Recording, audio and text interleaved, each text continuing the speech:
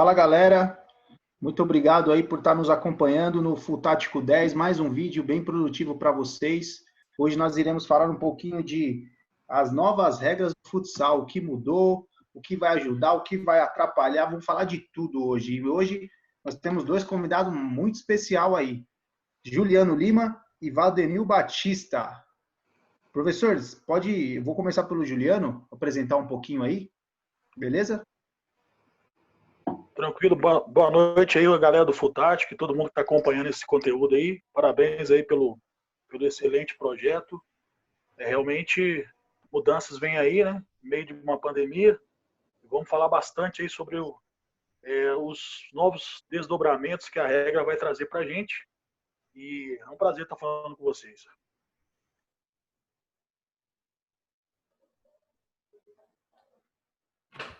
Professor Valdenil? Bom, agradecer o convite, né, de estar aqui com vocês para falar um pouco desse conteúdo, do que vem se atualizando aí a regra. Parabenizá-los pela iniciativa do Futático aí, um belo canal. Com certeza já acompanhei alguns conteúdos, como tinha conversado com o Vitor. E agora a gente vai engrandecer um pouquinho essa modalidade que é o futsal e essa alteração de regra nessa pandemia, tudo parado, pessoal sem assunto para comentar do esporte, sem notícia, né, o esporte um pouco parado, essa grande mudança na regra. Então, com certeza, é interessantíssimo o conteúdo sobre. Obrigado. Bom, vamos começar aqui com o Vitor. Vitor, alguma pergunta? Você quer fazer alguma colocação? Para os professores aí, fica à vontade. A pergunta vai para o Val, primeiro. Como ele reagiu com essas mudanças, essas 15 mudanças, só que algumas, conforme você já deve saber, já estavam no livro de 2019. Como você reagiu com essas primeiras mudanças? Bom, Vitor, algumas até me agrada muito, cara, porque a gente tem um trabalho aqui em Varginha que a gente gosta muito e preza muito pela base.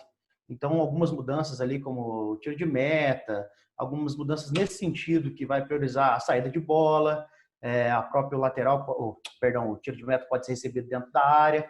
Então, algumas mudanças nesses quesitos, cara, me agrada muito, me deixou bem contente, porque vai incentivar, né, e obrigar, praticamente, as equipes a trabalharem mais jogadas, terem mais a parte tática afiada, porque a gente presencia muito equipes aqui, principalmente na região, que é só aquela bola na área mesmo, lá do adversário, principalmente na base. Então, eu acho que é uma mudança que vem ali que vai ser bem interessante. Vai dar um pouquinho de trabalho para a arbitragem controlar isso, mas vai ser bem interessante. Ok. Gui, fazer alguma pergunta aí? Vou perguntar para o Juliano. A respeito da segunda regra que a gente tem aí, que é a regra do cronometrista, você acha que, usando essa regra, ela tira um pouco o peso do árbitro e foca mais no árbitro prestar mais atenção no jogo, e o próprio cronometrista tem a situação melhor para ele encerrar o jogo, teoricamente, né? O que você acha disso? Na verdade, são duas situações importantes, né? Com a utilização do término de jogo através do sinal pelo cronometrista, vai trazer aí várias situações pós finalização do jogo que pode trazer algumas dificuldades, né? Exemplo, cronometristas despreparados ou inexperientes, né, na maioria dos jogos. Na nossa região aqui, a maioria das quadras não tem o cronômetro lá na parede, né? O placar eletrônico. Se você tem um placar eletrônico, você, assim que o jogo finalizar, soa a sirene e acabou, e esteja onde estiver, os árbitros vão ter que tomar as decisões, né? Se tiver alguma falta ou penalidade, vão ter que bater, e senão o jogo finaliza com aquelas situações que a regra já prevê, quando a bola está indo diretamente para o gol ou não. Eu acredito, Gui, que traz mais responsabilidade para a equipe de arbitragem, porque a equipe de arbitragem é formada por todos os membros, e também legitimiza o período do jogo. Por que acontecia? O jogo no cronômetro zerava, mas só acabava o jogo com o sinal do árbitro. E isso era uma situação que parece ser muito perto, mas às vezes acontecia em jogos com muita disputa, com problemas, com grandes torcidas, causava um delay aí entre o árbitro, a mesa, o cronometrista e o árbitro. Enfim, eu penso que isso é um avanço para a regra. infelizmente, a gente não tem nas quadras o placar eletrônico, que aí realmente resolveria o problema e tiraria uma responsabilidade, porque a arbitragem carrega muito peso. Os dois árbitros, o principal e o assistente, carregam muito peso. Então, essa regra, na minha opinião, é uma ajuda muito bem-vinda para a arbitragem. Professor Juliano, sobre essa regra ainda continuando, como o senhor disse, eu vou perguntar para os dois, para o Juliano e para o Val, como você disse, ele tira um pouco do peso do árbitro. Só que assim, nós estamos acostumados ao primeiro árbitro encerrar a partida, correto? Sim. E nós demoramos um pouco para acostumar, e tanto é que tem até um pouco de confusão às vezes. Um time está atacando, o cronômetro apitou, ele vai ficar... E o quanto vai ser mais difícil isso ser adquirido agora de novo, porque é uma mudança nova, é uma mudança aí que para o grupo de arbitragem, para a equipe de trabalho de arbitragem aí, vai ser grande, vai ser muito difícil, porque como eu falei, o jogo encerrava quando o primeiro árbitro apitava. Agora, quando o cronometrista, isso vai ser um pouco difícil, no início vai ser um pouco mais complicado de acostumar. O que vocês estão achando disso? Bom, na verdade, as mudanças vão mudar drasticamente a modalidade. Se você lembrar, o basquete termina assim, o handball termina assim, então o futsal vai acompanhar essa situação. É uma mudança muito sensível para a equipe de arbitragem. Nós estamos falando de apenas um item de mudança, mas se você for olhar, vai mexer em toda a estrutura do jogo. Uma delas é as equipes, os treinadores, os atletas vão ter que aprender, inclusive a arbitragem também, entender em que momento exato a partida vai ser encerrada, ou seja, quando o cronometrista, o anotador, finalizar o jogo com um sinal. Então, é uma mudança que vai ainda, assim como outras que a gente vai discutir para frente, mas realmente nós vamos ter que reaprender essa situação. Como o próprio Juliano disse, é um aprendizado, vai ser um trabalho de educação, tanto para a arbitragem quanto para a equipe. A gente sabe que a gente analisando o futsal em questão de liga nacional, as ligas estaduais, a gente, quando chega dentro de quadra aqui, pelo menos na região, é uma realidade bem diferente. Então, como o Juliano disse, às vezes o cronometrista é despreparado, é uma pessoa que está aprendendo. Então, a gente tem várias situações que a gente vai ter que se preparar ainda mais para a partida. Fazer um feedback, e passar isso para as equipes também. Acho que vale de começo chegar para o capitão, apitou o cronometrista, encerra a partida, e ressaltando certos pontos assim que para tentar, né? Porque é bem difícil facilitar lá no final. Aqui na região tem muito isso, igual o Val falou, os cronometristas nem sempre entendem muito de regras, às vezes a maioria...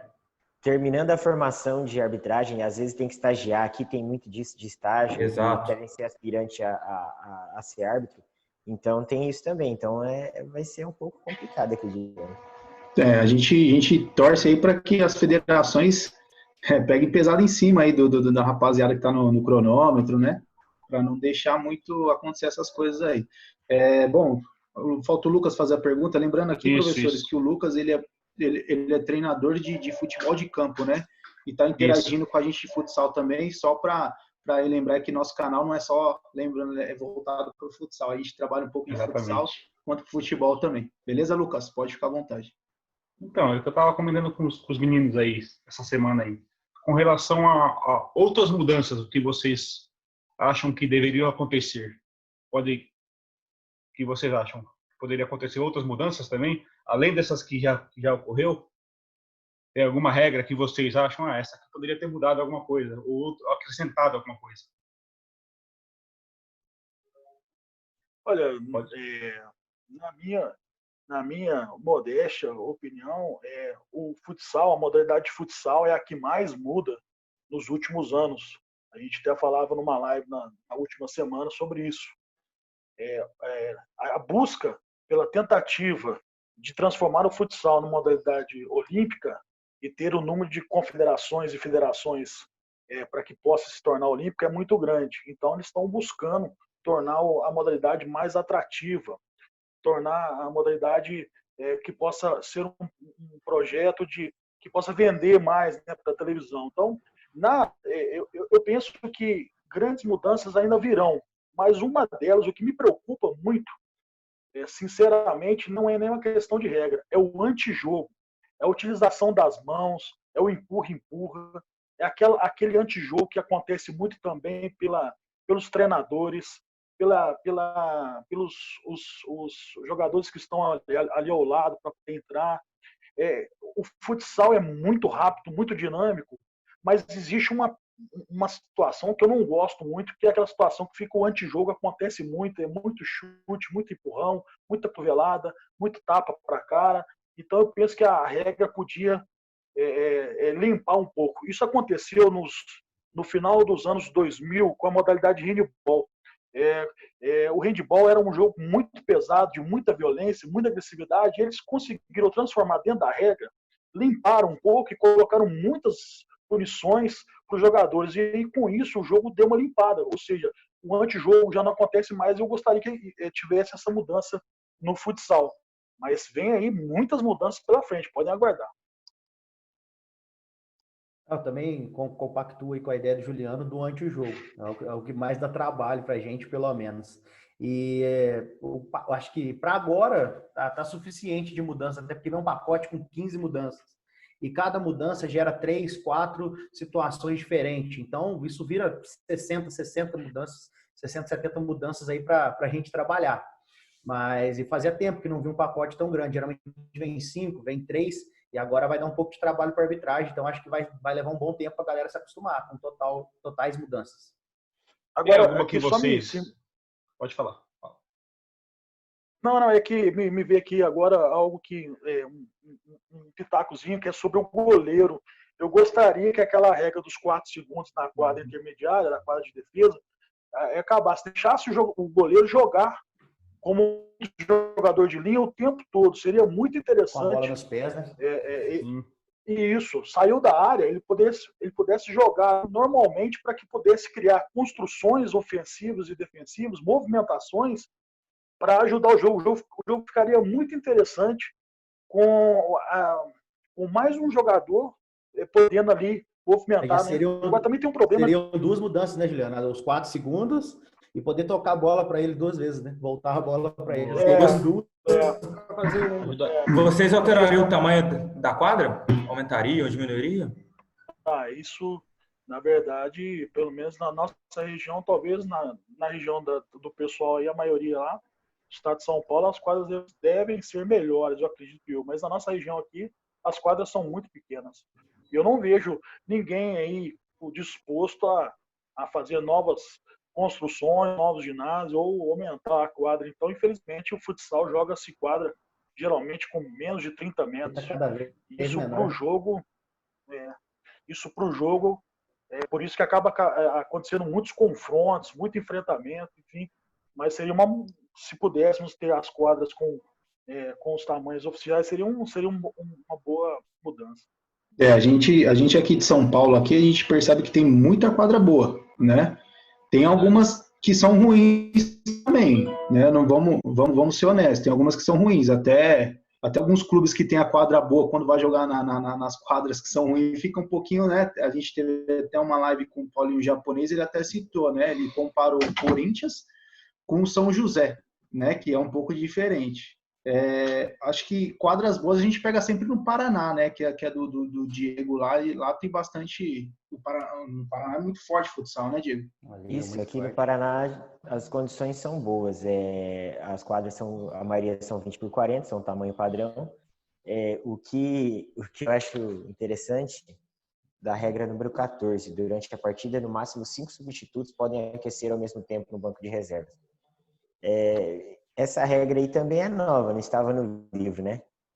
O que vocês podem comentar para nós, Juliano e Val, dessa regra? Eu ouvi algumas pessoas falando sobre esse assunto, e a conclusão que eu chego é que se você pensar em que as trocas hoje acontecem, são os quartetos, e se você imaginar que você num grupo você tem de 2 a 3 você manda. Eu não vejo prejuízo para a modalidade. Talvez essa ação de limitar o número de jogadores dentro da área lá de aquecimento seja exatamente o que eu falei agora mesmo.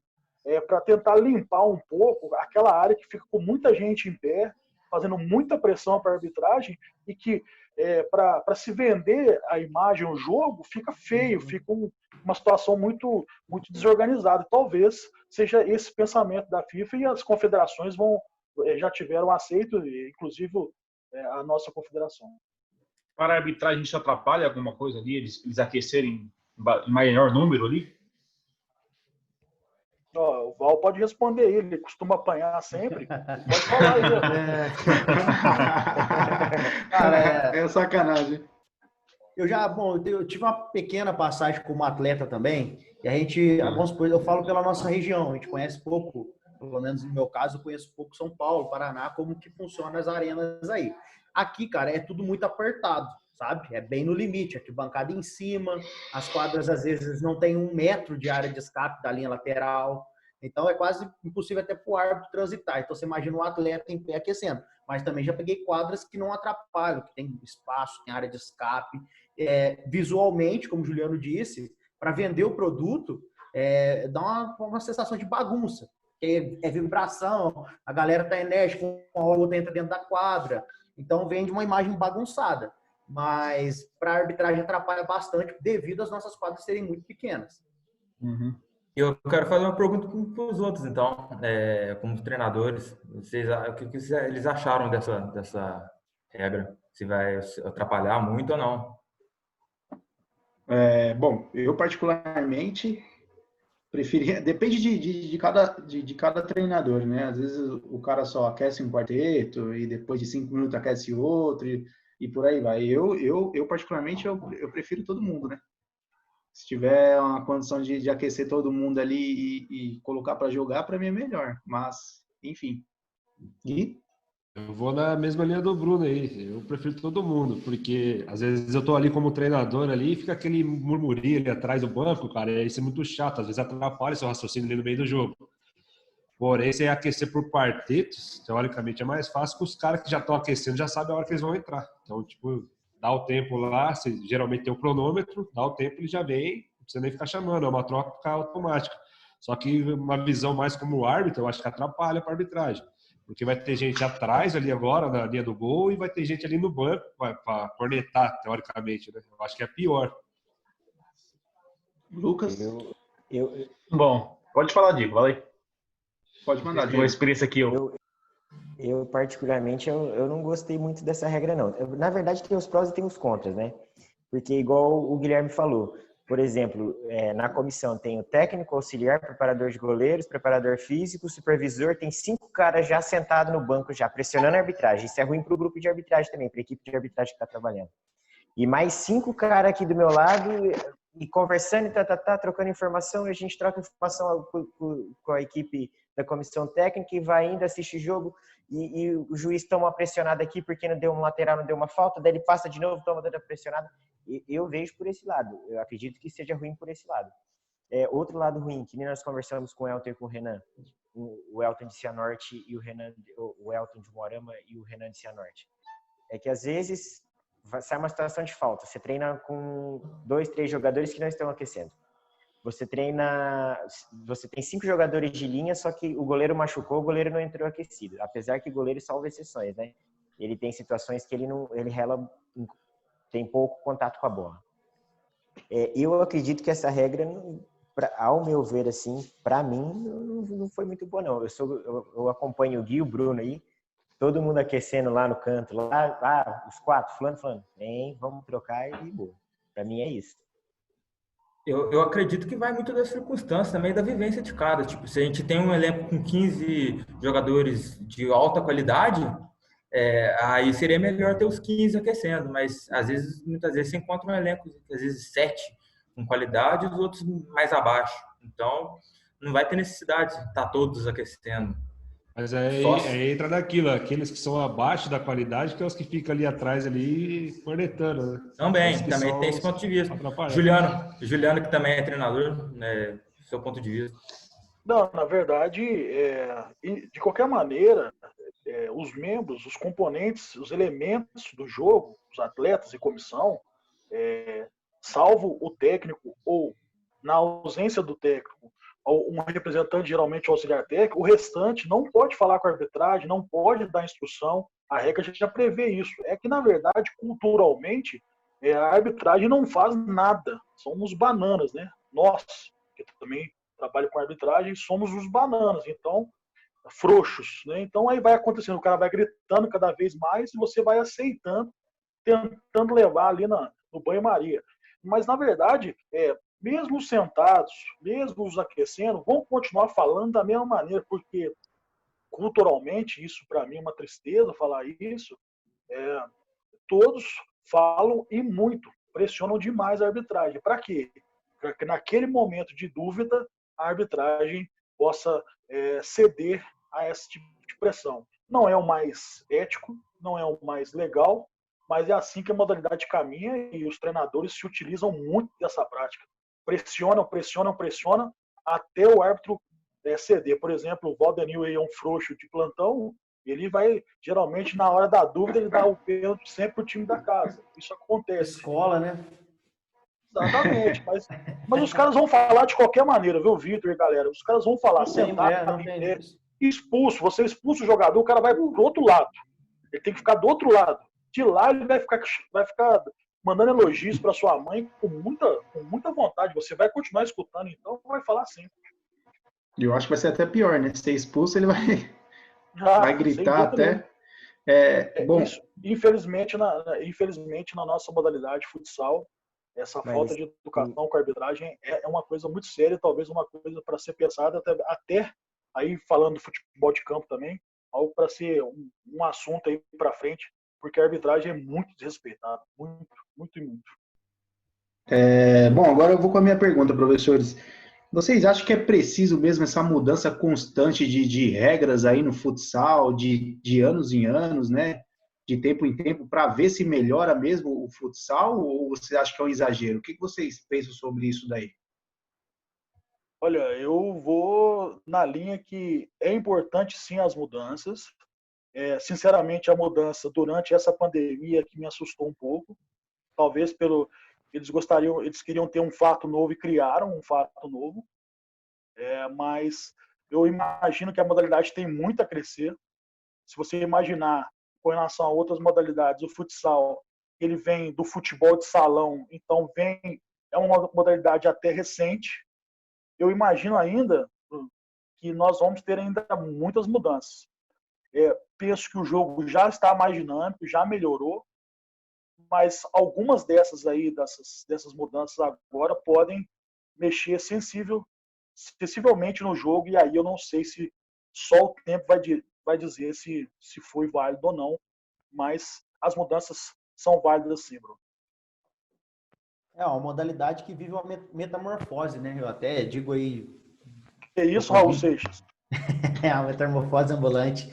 Eu tô com 24 anos, posso dizer que eu tenho passagem desde os 11, e a gente percebe como atleta, como árbitro, como entusiastas, que a gente, cara, todo ano tem uma coisa nova mudando, a gente mesmo que em dúvida, até a arbitragem assusta, pô, é isso, aquilo, e a gente dá um choque, se não tiver constantemente atualizado. Eu vejo essas mudanças bem drásticas, pela quantidade e por tudo que ela vai mexer, né? Porque, como eu disse, ela vai trazendo vários leques. Cada mudança abre um outro leque ali na frente, outro ali, outro ali. Então, ela é bem drástica pela quantidade. Mas eu vejo necessário e pela busca do futsal. A gente pode dizer assim que depois do futebol é um dos esportes mais praticados, tanto que a gente vai jogar uma competição hoje de futsal, tem 50 equipes aqui, por exemplo, uma competição regional. O vôlei tem 10, tem 12, handebol no geral. Então, é o esporte mais praticado, de mais fácil acesso, e a briga por tornar ele visível e rentável faz com que essas mudanças aconteçam. Então, pode esperar, vai ter muita coisa boa. Espero que quem está com a visão de propor essas mudanças esteja vendo isso a longo prazo e esteja mexendo corretamente, né? Propondo corretamente o que vai acontecer, para que a gente comece a colher frutos rapidamente. Vocês acreditam que o futsal... Peraí. Vocês acreditam que o futsal pode chegar ao nível do futebol de campo, ou chegar em valores, que eu estou falando? Também em valores, em rendimento?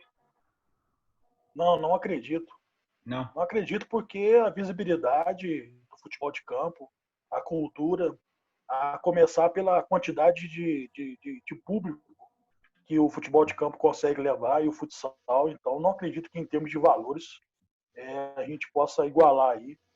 E até também a questão da televisão e outras mídias hoje, né? Até hoje eu conversava também em outra reunião sobre ter um planejamento aí, o nosso amigo do futebol de campo pode falar, o Flamengo está tentando transformar as suas transmissões pela a TV Fla e a Globo já colocou, já ofereceu para que leve os jogos, vai tirar dos canais abertos e levar para a Globoplay, ou seja, já são novas tecnologias e aí cada vez mais números absurdos. Hoje eu vi a questão dos patrocínios que a Americana está oferecendo para o Flamengo para ser patrocinador master, 80 milhões, 40, 50, é muito dinheiro. Então, não acredito que o futsal consiga igualar com o futebol de campo. Não acredito. Mesmo se ele se torne olímpico, você não acredita?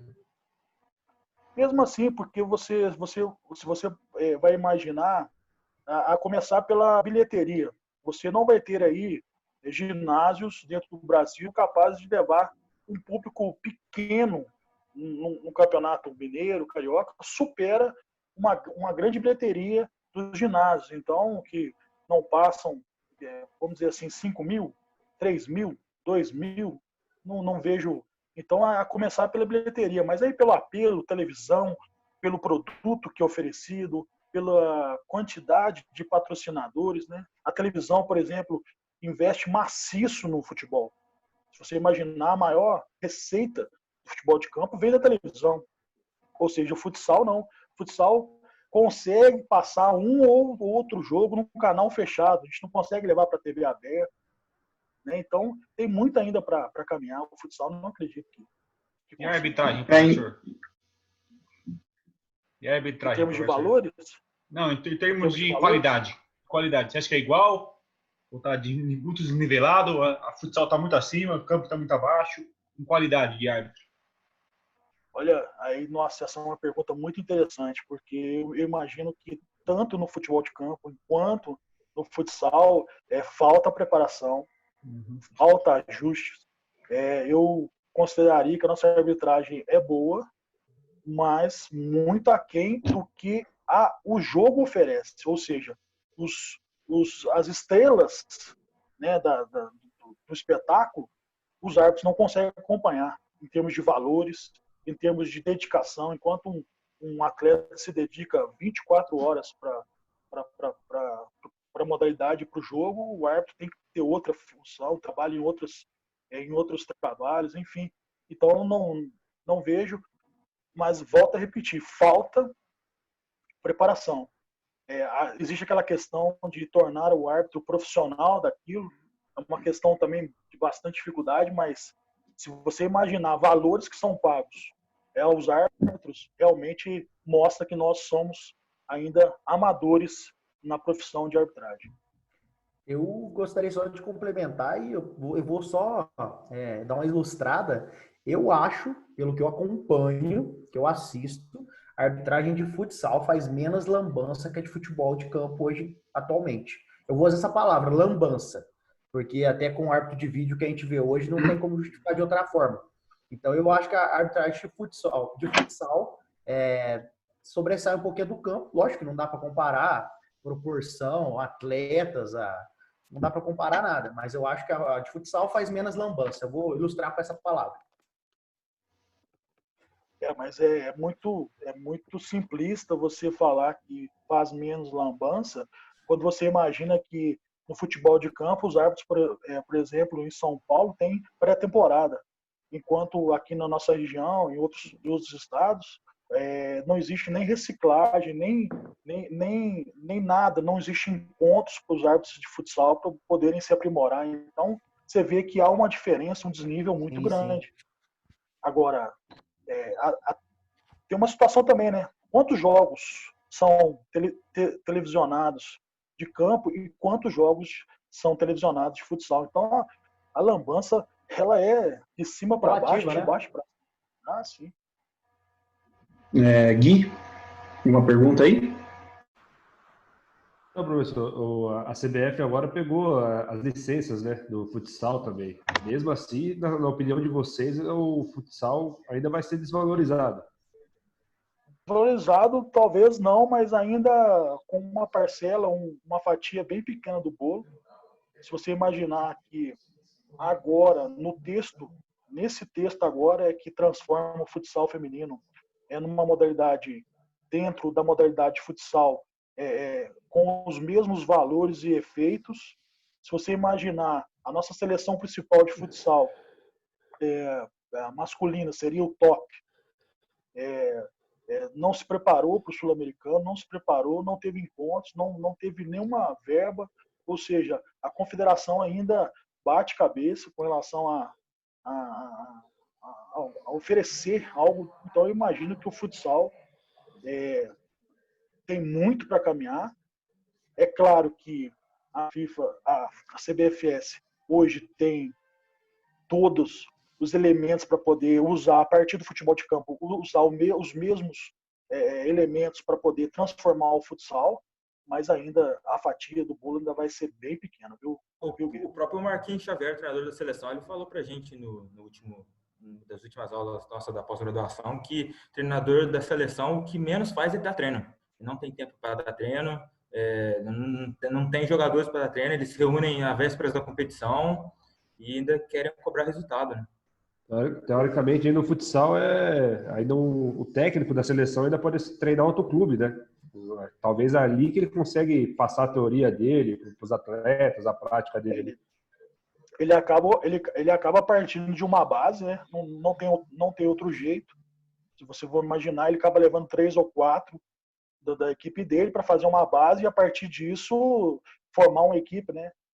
E outro detalhe muito importante, eu assisti os últimos amistosos antes da pandemia do futsal e havia um comentário que eles não haviam pago nem a questão do seguro, né? Que os jogadores vêm jogar, tem um seguro, porque eles defendem os clubes e tem que pagar um seguro, porque se esse jogador machucado durante os amistosos e a competição, e vários jogadores não conseguiram vir porque não foi pago esse seguro, enfim. E os jogadores também não têm nenhum valor. Agora, se você olhar, lembrar do futebol de campo, os jogadores recebem cifras astronômicas aí, e já tem amistosos, e tem um calendário pré-definido, tem amistosos, os caras se preparam na granja, enfim, tem toda uma estrutura por detrás, né?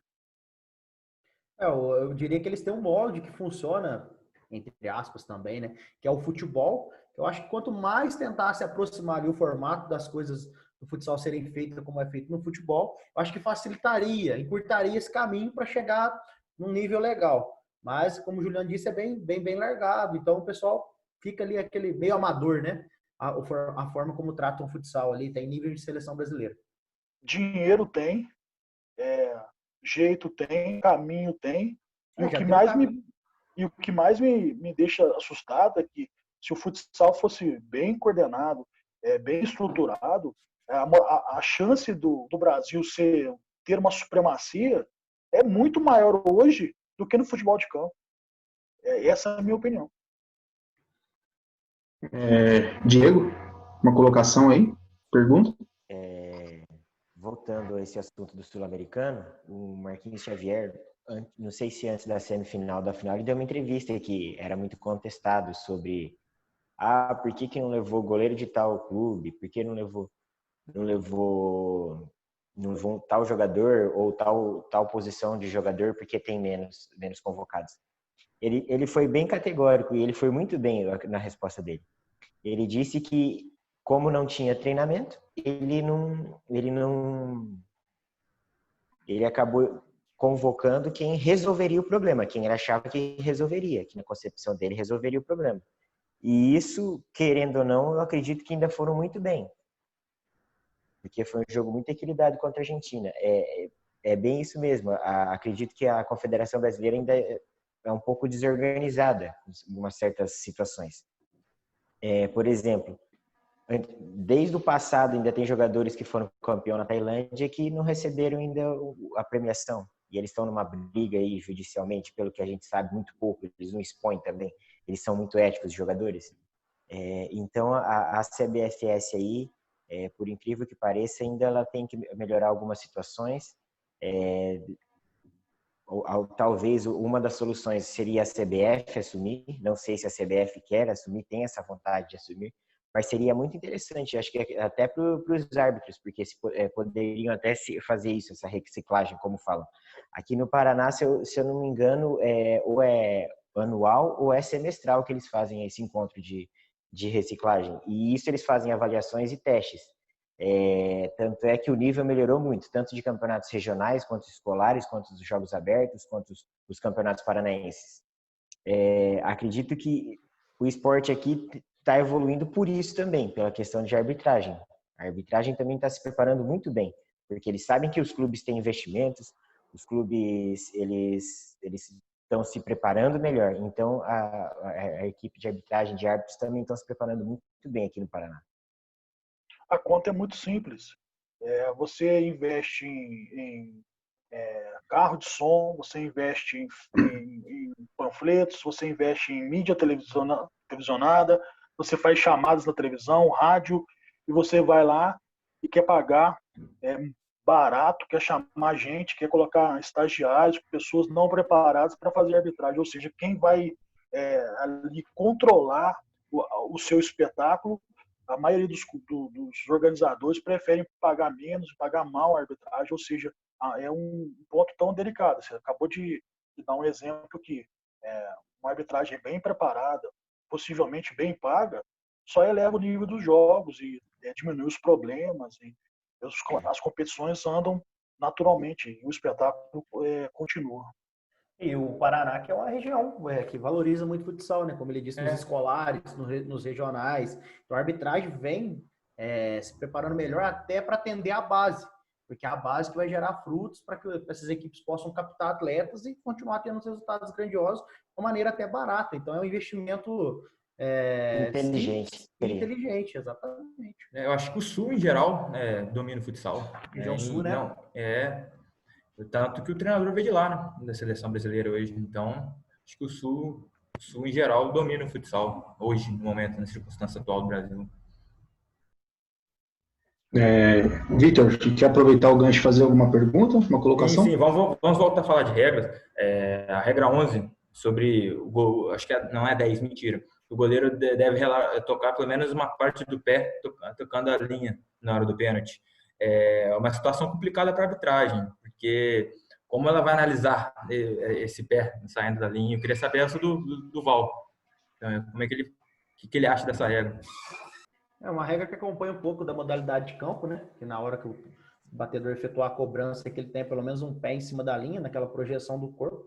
Eu acho que no futsal, bom, falando como goleiro, não vai ter tanta dificuldade, não vai ser tão difícil avaliar. É claro que vai gerar muita polêmica caso você tenha a necessidade de mandar voltar um pênalti, mas como é um tiro muito curto, muito rápido e geralmente muito forte, o goleiro escolhe um canto e tenta tampar o máximo possível ali, então ele não sai muito, não se projeta muito para frente, pelo menos analisando pelo que eu vivi e acompanhei até agora. Eu acho que não vai ser muito difícil, mas que, se caso necessário, cara, vai ser de grande polêmica, vai dar um pouco de trabalho. Juliano? Na real, apesar do texto falar sobre, já dizia nos textos anteriores das regras, o que acontece, a maioria da arbitragem, é que quando o goleiro avança, mesmo que avance um pouco, sai um pouco das linhas, geralmente a arbitragem não manda voltar, a não ser que o cara for lá escandaloso, na casa. Mas Rogério Ceni, né? Era esse o feedback que eu queria chegar, sobre o retorno da cobrança. A arbitragem dificilmente vai ter peito para mandar voltar, e aí depende também se é um jogo em casa ou fora, depende do ânimo da torcida. É uma situação aí que geralmente, se o goleiro fizer a defesa, o time que perdeu pode até falar alguma coisa, mas a arbitragem vai mandar correr o jogo e vida que segue. Lucas, uma pergunta? Então, com relação à cobrança de pênalti, que foi uma mudança também que aconteceu, de 3 para 5, que acompanhou o futebol de campo também. O que vocês pensam sobre essa mudança aí? Juliano? Na Eval? verdade é o retorno, né? Na verdade é o retorno. Nós Retornou, né? até... Retornou. Isso. Nós tínhamos aí um número de 5 penalidades. Em 2018, nós passamos a ter 3 penalidades. E agora o objetivo é que dê mais emoção ao jogo. É a minha percepção sobre isso. Você tendo 5 penalidades, você vai prolongar aquele momento de tensão e êxtase ao mesmo tempo para toda a torcida. Se você gastava ali 10 minutos a 15 minutos para poder fazer as penalidades, voltando a ser 5, alternados, podendo continuar, você imagina aí que você pode prorrogar esse sofrimento, essa alegria por 40, 50 minutos, e isso para o espetáculo não deixa de ser bastante interessante, para a arbitragem difícil, e para os treinadores também, né? Porque vão ter que treinar mais jogadores, e vão ter que... E um detalhe sobre isso também, que a regra agora diz que a equipe que está com o maior número de jogadores não tem a obrigatoriedade de fazer o número ser igual. Ele pode decidir. Então, por exemplo, o time do Vitor tem 10 jogadores, o time do Gui tem 12, o Gui pode decidir que os 12 vão bater. Essa é um novo formato da regra, achei bastante interessante, um detalhezinho aí que passou um pouco desapercebido, já tinha lido semana passada, hoje fazendo mais uma leitura, perceber isso, que agora fica a critério da equipe igualar ou não o número de jogadores. Diego, quer falar alguma coisa? Essas duas regras aí, igual o Juliano falou, vão ser boas só para a torcida, né? Porque a regra do goleiro lá, ele tem que ter pelo menos uma parte do pé tocando a linha. E os 5 pênaltis é bom para a torcida, é bom para quem está assistindo o jogo. Porque para arbitragem é difícil essa regra do goleiro tocando o pé. E para os demais, e para as equipes, 5 cobranças aí são... Eu acredito que não deveria ter mudado isso, né? Porque 3 eu achava muito... Na minha opinião, era muito pouco. Mas muito pouco. Era uma situação assim que não tinha tanto mais emoção. Agora 5 cobranças aí voltando, eu achei muito bacana da parte das regras novas aí. Esse já não deveria ter mudado para 3, né, cara? Acho que mexeram num trem que já tinha um formato ali, assim, estabelecido, todo mundo já bem intencionado com o futebol. Acho que não deveria nem ter mudado para 3.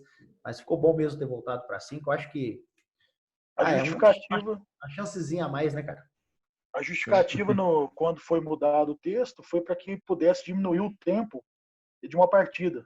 Se você imaginar jogos regionais ou jogos escolares, você tem aí de 9 a 12 jogos por dia. Então, se você coloca aí 9 decisões por penalidade, você imagina o número de horas que a arbitragem, os clubes, e as equipes, as escolas vão ter que ficar esperando para jogar. Então, foi uma ideia que eles tiveram para poder minimizar aí a quantidade de tempo por partida. Legal. Eu acho que agora as duas regras que faltou para a gente citar, são as mais polêmicas, né? Se eu não me engano, que foi a da saída de bola e da reposição do goleiro, correto? Correto. Diego, fazer um feedback. Era isso mesmo, CVD? Era outra. Não, pode falar, então.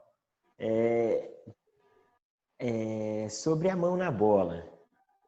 Ela mudou também, não sei se estava no livro, acho que estava no livro de regras já também, né?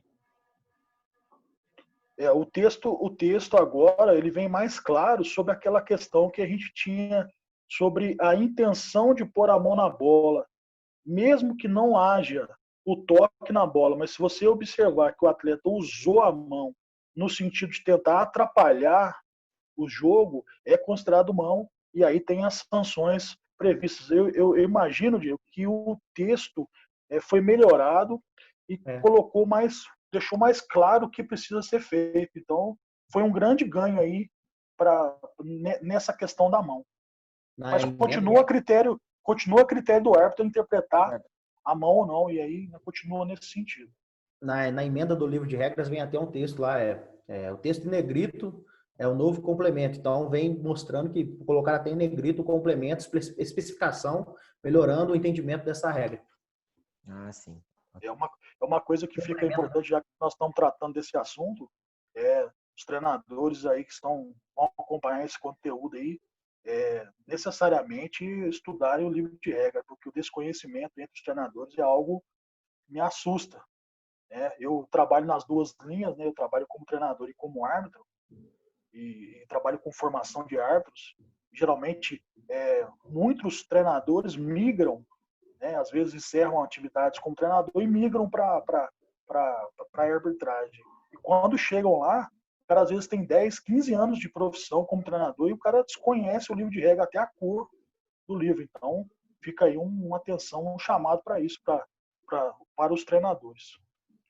Ô, Juliano, o senhor que é professor aí, leciona cursos aí de arbitragem, essa regra é para a bola não pegar Covid? Aí não pode pôr a mão na bola para não ter transmissão de Covid? Na verdade, essa regra aí foi para poder proteger árbitros frouxos que têm medo de dar a mão na bola, entendeu? Então, ajuda, isso. Né? Ajuda, porque aí o texto está claro, pode dar a mão, pode dar falta, independente lá, se é o time da casa ou não. Não precisa me bater, tá escrito aqui. Legal. Pode falar, Vitor. Não, era para citar a outra regra, a da saída de bola, né, que agora vai ser validado o gol com finalização direta e não precisa ter o contato, pegar em ninguém, né? Desviar ninguém. Interclasse, desvio. Isso, exatamente. Que é isso que eu ia falar, muito parecido com eu e o Juliano falamos na live, com o beat soccer, né? Em que antigamente se colocava uma barreira na frente da saída de bola. Provável que isso volte. Então, eu queria que vocês fizessem algum comentário sobre isso. É importante salientar que essa regra, até 2008, ela existia. Então, era possível. E os treinadores mandavam os jogadores fazer uma barreira ali para atrapalhar a batida do jogador. E assim como essa regra, várias outras vão mexer sensivelmente na construção do jogo e no ensinamento do jogo para a base, principalmente. Então, os treinadores que estão acompanhando o Futático aí, que vão acompanhar os conteúdos, vão ter que repensar aí as suas estratégias e as suas didáticas de ensino para a garotada. Porque isso você vai, principalmente no sub-7, sub-9, você vai colocar um jogador que chuta forte, possivelmente a chance de sair um gol é grande. Um goleiro mais baixo, né? Às vezes pela idade. Isso. Nas categorias maiores, eu não acredito que haja diferença. Pelo nível do futsal, também penso que a partir do sub-15 ali, não é uma regra assim que faça tanta diferença no jogo. Mas nas categorias de base é uma das que vai mexer bastante, como eu tinha citado lá no começo. Importante, se o garoto chutar contra a sua própria meta, não é gol, hein? Vale, Só lembrando. Da equipe adversária. Tem que pensar bem para não chutar, né? Mas pode acontecer, pode acontecer. Nossa, acontece principalmente na categoria sub-7, sub-9. A molecadinha fica tão desorientada, os pais gritando na arquibancada, o treinador com aquela calma que o Vitor tem. Então, então o menino fica tão apavorado que ele olha o primeiro gol que ele vê, de repente pode ser dele, ele pode chutar. Isso é possível pode acontecer. Da primeira infância, pode acontecer. Vitor, fala sobre a nossa querida regra que entrou em vigor aí, que é bem discutível, beleza? Bem polêmico, né? Correto. Talvez aí. seja a regra que mais vai afetar a dinâmica do jogo, como o Juliano falou, que é sobre a reposição do goleiro. Agora ele pode receber a bola dentro da área, os jogadores do seu time podem receber a bola dentro da área. Foi um assunto bem discutido na live que eu fiz com o Juliano, que não sabemos a regra no específico, se o atleta, quando pegar no pé na bola, se ele vai ter 4 segundos para sair da área. Já temos a resposta, Vitor. Já temos. Já temos? Então você já pode falar, Juliano. Que coisa boa.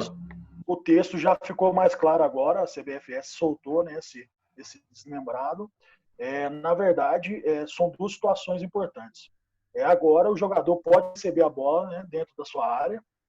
Só lembrando que agora a arbitragem não precisa esperar aquele estar pronto para poder liberar os 4 segundos. Ou seja, Se o goleiro não vai poder fazer aquela famosa cera para começar a contagem dos 4 segundos, então o árbitro autoriza, ele autoriza ou apita e começa a contar os 4 segundos. Bom, sobre isso aí tem a seguinte situação.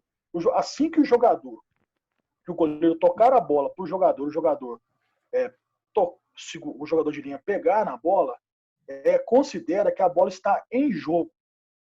E aí o texto diz a seguinte frase: a partir deste momento, todos os jogadores poderão jogar. Ou seja, a partir daquele momento, o jogador recebeu dentro da área, recebeu a bola, vai poder avançar e vida que segue, pressão em cima dele. Ou seja, pode ser até perigoso, numa marcação-pressão muito alta, o goleiro soltar a bola ali perto da sua meta. Então, a princípio, a gente imaginava que seria uma vantagem para ele, para quem está sofrendo uma pressão, mas após o toque do jogador de linha dentro da área, aí a quadra vai ser externada e a área do goleiro ali se torna uma área de confronto entre a marcação e a saída de bola. Lau?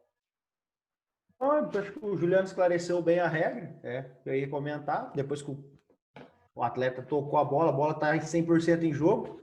E numa quadra pequena aí, Deus nos acuda. A arbitragem está perdida, hein? O que vai Realmente, dar de lance polêmico não sair? Senhor.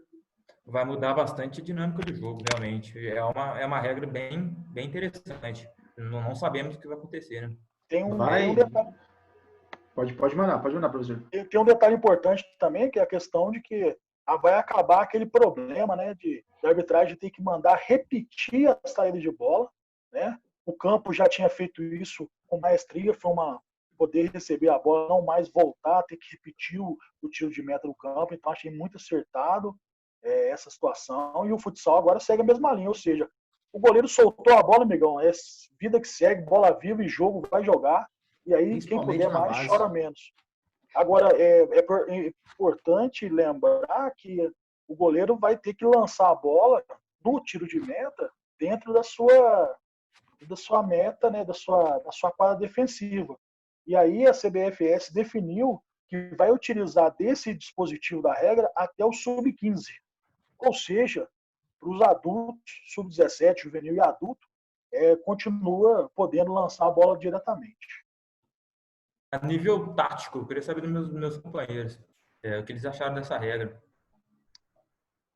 Bem colocado pelo professor. Acho que vai de treinador também, né? Cada um tem um jeito de jogar. Se jogasse diretamente para o pivô, vai ficar um pouquinho complicado agora, né? Mas eu acho que não é difícil de adaptar, né, com regra, né? Eu acho que dentro do treinamento fica um pouco mais fácil, mas muita gente vai ter que mudar o jeito de jogar aí. Diego? Eu vejo assim, eu tenho um olhar assim. Uma vez o professor, na graduação, ele falou isso. Ele falou assim, pessoal, vocês têm que ler as regras e ver uma forma de como isso pode te beneficiar. Eu vejo que, às vezes, eu observo que, às vezes, não vai ser interessante, às vezes, você tá com a posse de bola. É mais fácil você marcar pressão lá perto do gol adversário, roubar a bola e fazer o gol, do que você sair bonitinho jogando. Vai ter momentos que você vai poder dar um bico lá para a linha de fundo, tirar seu time de trás e vão marcar lá em cima para o quê? Para roubar a bola, estar mais próximo do gol e fazer o gol, converter o gol. Talvez a saída de pressão seja entregar a bola para o adversário. Exatamente. Vai ter momentos que é melhor você jogar defendendo. Né? Isso que o Diego está falando já é uma mudança tática e brusca no jogo. Você imaginar que os treinadores vão construir situações de marcação alta a partir do pressuposto que o goleiro da base não vai poder lançar direto. Ou seja, a pressão, o campo vai ser um campo reduzido. Hoje está tão na moda o campo reduzido. Você imaginar que num sub-7, sub-9, sub-11, os meninos vão subir a meia quadra. Porque a bola vai ter que, necessariamente ali no tiro de meta, vai ter que ser jogada dentro da sua meia quadra. Ou seja, mudança drástica no jogo. Lucas? Não, eu achei legal essa mudança, porque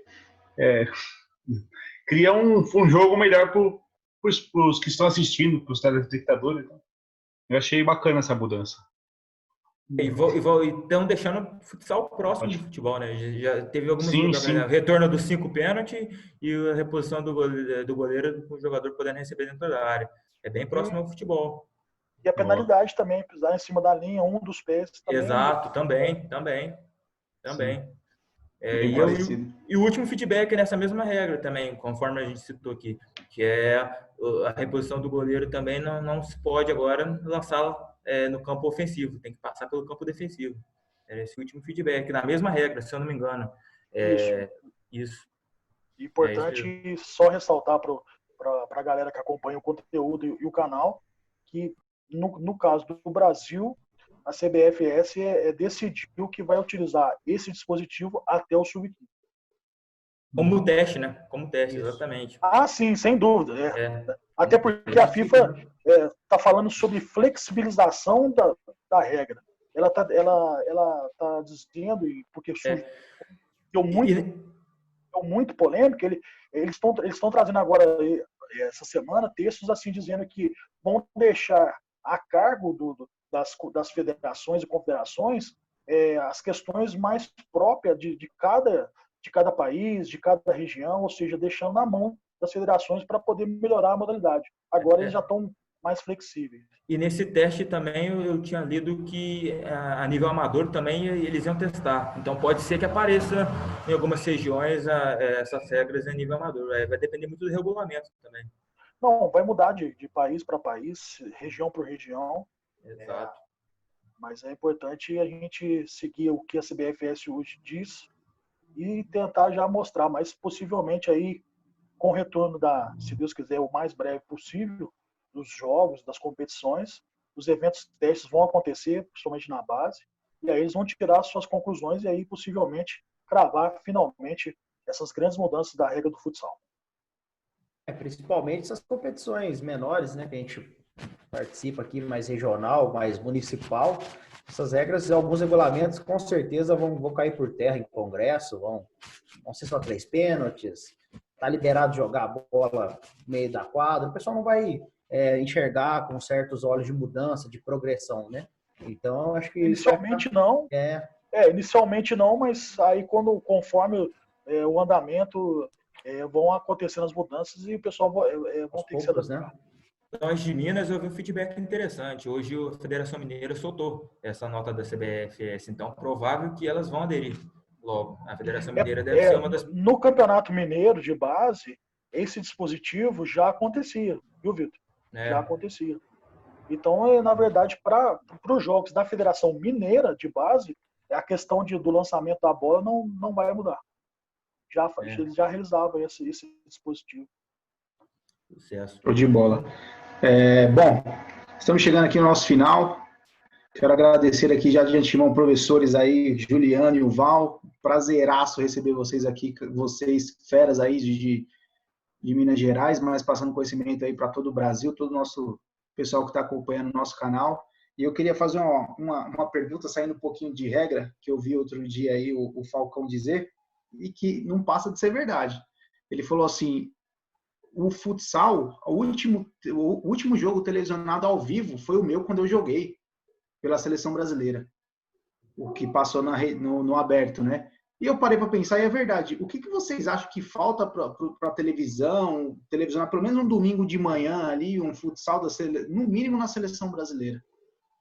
Falta organização, falta logística, planejamento, vender um bom produto, as equipes se prepararem adequadamente para que possam também desempenhar um bom futsal, né? Então, é um esforço de todos para que transforme a modalidade, que é muito dinâmica, é muito gostosa, é muito bom de ver um bom jogo de futsal, de forma que possa vender esse produto num domingo de manhã e que as pessoas possam parar para sentar e assistir o jogo. Lembrando que grandes jogos, infelizmente, vou dizer isso com dor no coração, os jogos de maior rivalidade, geralmente no futsal terminam em briga. Isso é um dado expressivo, infelizmente. Nós já tivemos a Liga Nacional terminando em pancadaria, jogos de até sul-americano, as próprias competições internacionais.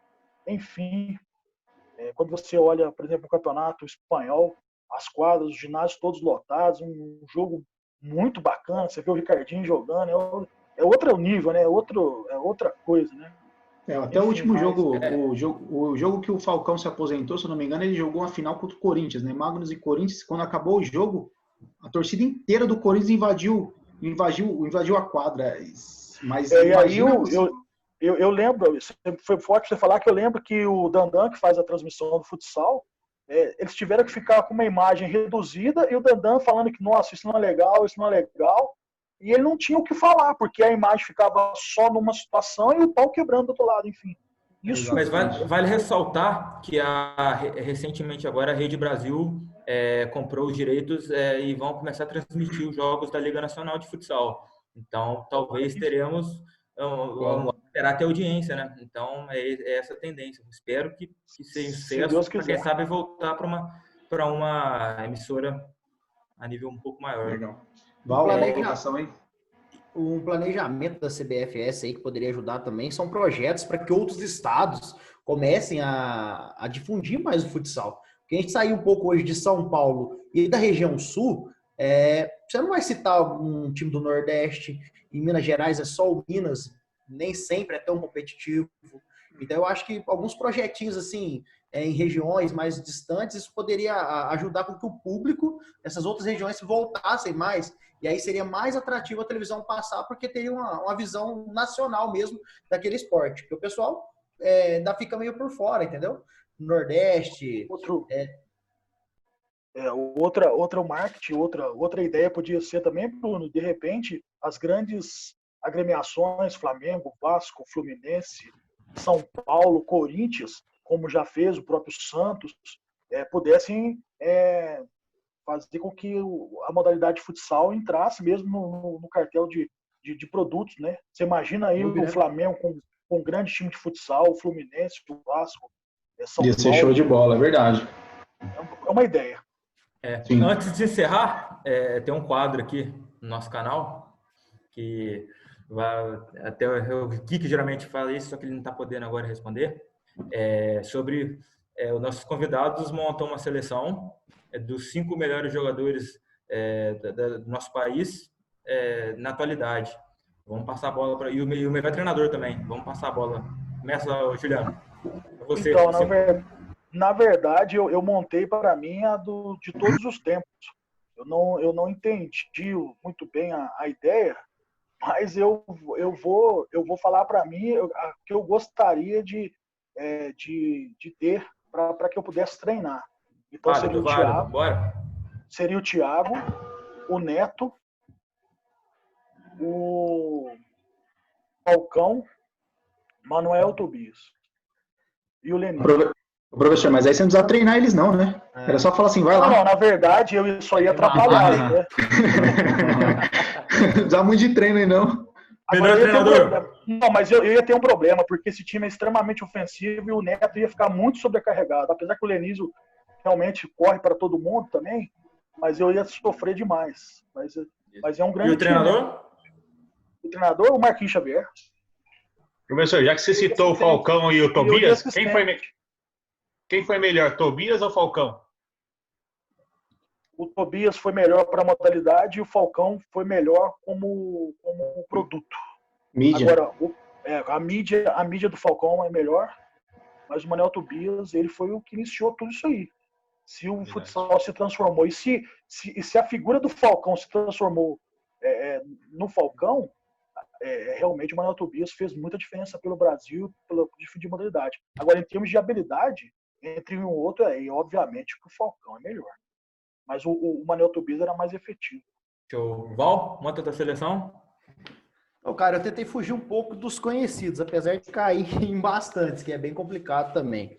O Johnny, goleiro do Pato Branco. Fera demais, acompanhei bastante jogos do Pato Branco, principalmente ano passado, que esse ano não teve muita coisa ainda também pra gente acompanhar. O Rodrigo do Magnus, que é muito conhecido, mas que a gente não tem como sair do cara, como fixo, pelo menos por enquanto. O Lino, também do Magnus, ala direito. O Matheus, do Corinthians, ala esquerdo. Fez uma puta temporada. e o Gé, do Jaraguá.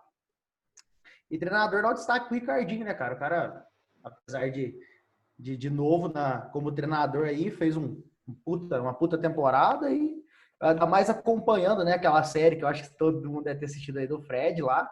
Então você vê que o cara tem uma passagem, uma maneira de ensinar, de passar para a turma o que ele pensa bem diferenciada e para a linguagem de jogador também. Então dá um destaque para ele como treinador. Show de bola. Vamos começar nosso término aqui, Diego. Juliano, Val, muito obrigado pelo tempo disponível de vocês, por nos esclarecer bastante coisa. Vocês comentaram para ler sobre o livro de regras, mas pela aula que a gente teve aqui, que nós tivemos aqui todos, e quem estiver assistindo o vídeo,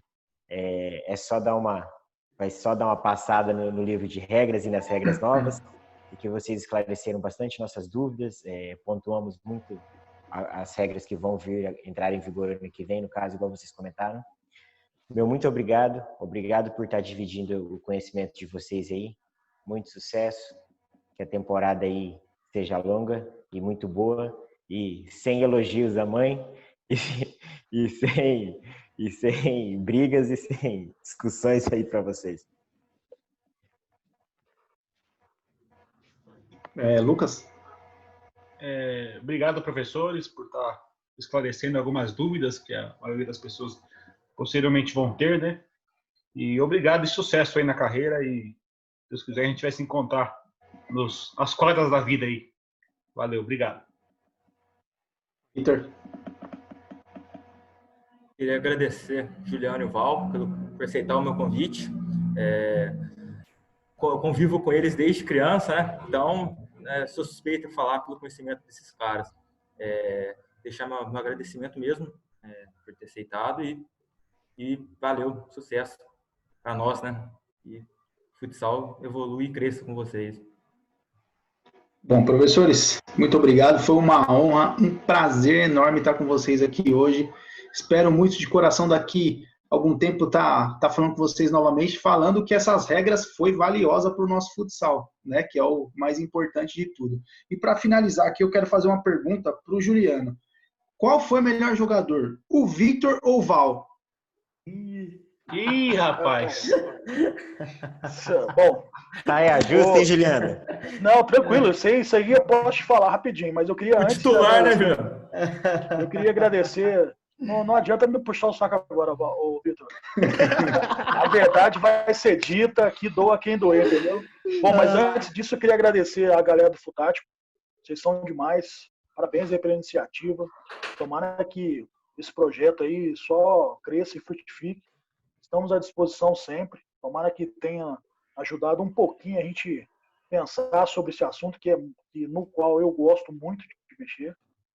E espero que a gente tenha contribuído de alguma maneira aí para a gente começar a pensar um pouco a mais sobre a arbitragem. Bom, um abraço a todos. Agora, respondendo rapidamente, o Vitor foi um jogador de 0 a 10, jogador 3,5, né? Mas um jogador com muita disposição, gostava de treinar, bem educado, nas viagens não dava problema. Bom, o Val é diferente. O Val é um grande goleiro, nota 7, mas que, infelizmente, não soube gerenciar a sua carreira. Então, teve problemas fora da quadra, faltava treinamentos, casou muito cedo, enfim.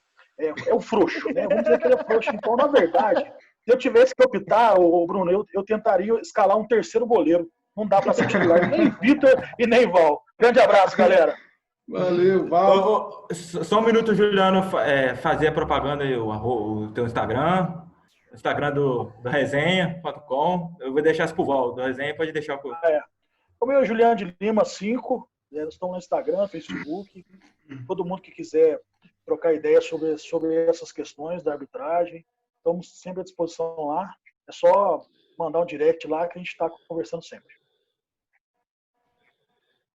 Bom, aproveitar e agradecer o convite aí, viu, Vitor?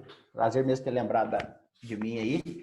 A gente tá junto desde pequeno aí na lida, na escola, no bairro, né? Morávamos próximos, então valeu mesmo por estar lembrando aí. Foi um prazer, pessoal, estar conversando desse assunto. Eu com o Juliano mesmo, quando a gente pega para falar de de futsal, de regra, Senhor Deus, vai horas e horas, a gente gosta, é um tema que a gente gosta muito de debater. Então foi muito prazeroso mesmo estar essa noite aqui de segunda-feira, podendo falar um pouquinho com a galera do Futático aí sobre as atualizações da regra. E como o Bruno foi feliz demais na ressalva dele, que a gente possa voltar aqui e falar que foi muito valioso essas mudanças, que as próximas que vierem também sejam de grande valia para o futsal, que é a modalidade que a gente ama aí e que a gente quer ver crescer. E para vocês todos aí, sucesso na carreira de vocês. E com certeza espero topar com vocês aí algum dia, tanto para apitar, para poder assistir uma partida aí da equipe de vocês. Beleza? Grande abraço, valeu.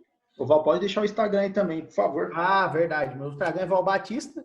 E a gente tem um canal também a gente é mais no perfil resenha, que a gente fala de esportes, tanto da nossa cidade quanto do nível nacional, mundial, sempre com uma pitada de resenha, né? Às vezes mais resenha do que esporte. E é o resenha.com, então tá no Instagram também, resenha.com, no Facebook, resenha.com. E em breve a gente tá voltando com as lives lá, pesado. Vamos chamar vocês. Tem que chamar a rapaziada do Real Resenha, hein? Cheguei na parte da resenha, pô. A resenha lá a gente pega, às vezes pega até pesado. O Gui, já pode deixar um abraço para os professores aí? Professores, primeiramente agradecer aí por terem aceito o nosso convite. Acho que foi uma live bem produtiva, acho que vai ajudar bastante.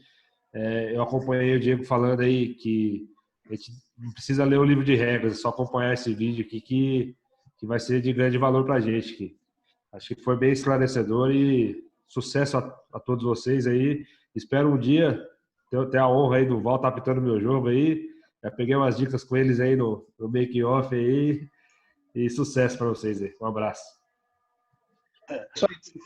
Se for o Val apitando, aí você tem a seguinte situação. Se for o jogo na sua casa, você vai ganhar.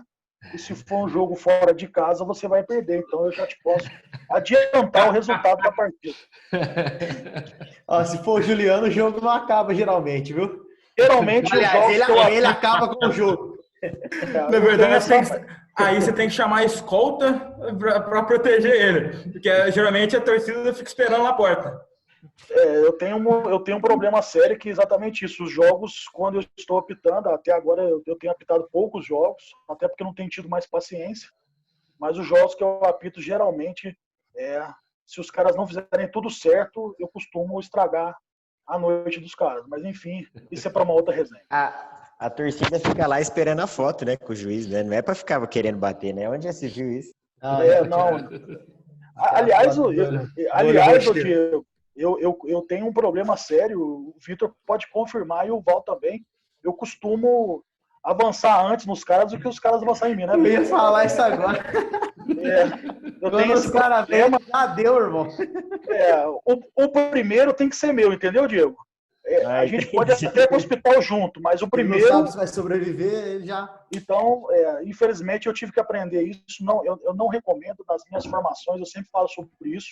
Conto alguns perrengues que eu passei, mas infelizmente você está ali sem proteção, sem policiamento, e às vezes o cara parte para cima, ou seja, o primeiro vai ser meu e depois a gente vê o que dá. E graças a Deus, 30 anos de arbitragem aí, enfim, estamos seguindo, estamos vivos até hoje, então quer dizer que ou eu bati bem, ou eu corri bastante. Enfim, acho que correr pelo meu tamanho não dá para correr, então fica aí a dica, tá bom, galera? Mas não recomendo, viu? Essa semana, ontem eu descobri que o Falcão tentou agredir um árbitro, cara, depois de ser expulso. Aí eu falei, tô perdido. Se o Falcão tentou agredir o árbitro, não tem escapatória, minha vez vai chegar. É isso aí, pessoal. Acompanhe o nosso canal, Futático 10, siga no Instagram, ative o sininho no YouTube. Grande abraço, até o próximo vídeo.